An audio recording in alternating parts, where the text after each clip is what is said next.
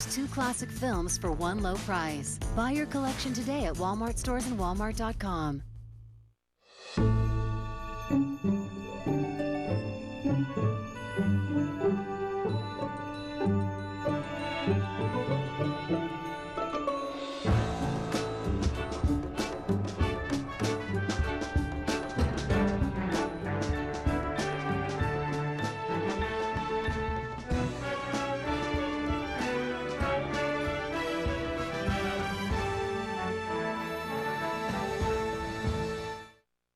Hi, I'm Robert Osborne. Thanks so much for being here.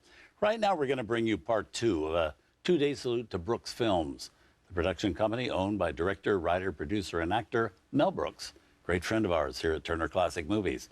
Mel was one of our guests last month at our 5th TCM Classic Film Festival in Hollywood, co-hosting a screening of one of his funniest films, Blazing Saddles, which marks its 40th anniversary this year. And during the festival, Mel joined me at the Roosevelt Hotel in Hollywood to also talk about some of the films we're showing right now here during our 2-day salute. Well, here's what he had to say about our next film, The Elephant Man, which he executive produced and did so with no screen credit. We did The Elephant Man, and I read the script, and I simply broke down. I was crying. It was so moving. And I said, this is a movie. This is, you know, and I changed the ending. It's a much better ending. No, really. The great success you'd had with Blazing Saddles and the producers and everything else, did that kind of give you carte blanche to do anything you wanted to do?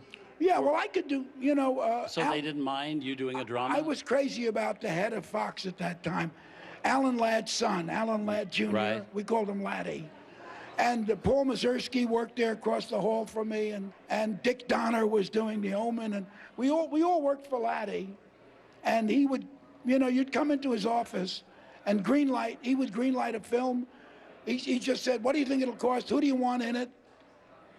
He'd say, give me the ending, strangely. And he was always right. Because if movies don't end right, they don't work. Mm-hmm. They gotta end right. So Laddie gave me the money, and actually, with The Elephant Man, Eisner was running Paramount. Okay. He and Barry Diller. And somehow he got his hands on the script and he read it, and he said, "Gee, it's not commercial, but I love it." And so I begged Laddie to let me give it to Eisner, who really loved it, because I said, "It's, you know, it's a little dangerous in terms of it made a lot of money. We didn't think it would make a penny," and I managed to get between Paramount and EMI.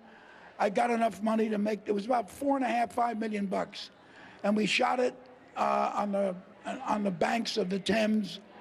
John Hurt flew over, and he was incredible, and Anthony Hopkins loved it. And you had Wendy Hiller, and you had John Gielgud. And we had Gielgud and Wendy Hiller and Anne Bancroft. And Anne Bancroft, you know? yes. So it was a great, beautifully shot black and white film. To this day, it's one of the great movies ever made. Yeah, absolutely. That was Mel Brooks at our TCM Classic Film Festival last month, talking about this next movie. We'll have a look at it now with an amazing cast that includes Anthony Hopkins, John Hurt, Anne Bancroft, Sir John Gielgud, and Dame Wendy Hiller. From 1980, The Elephant Man.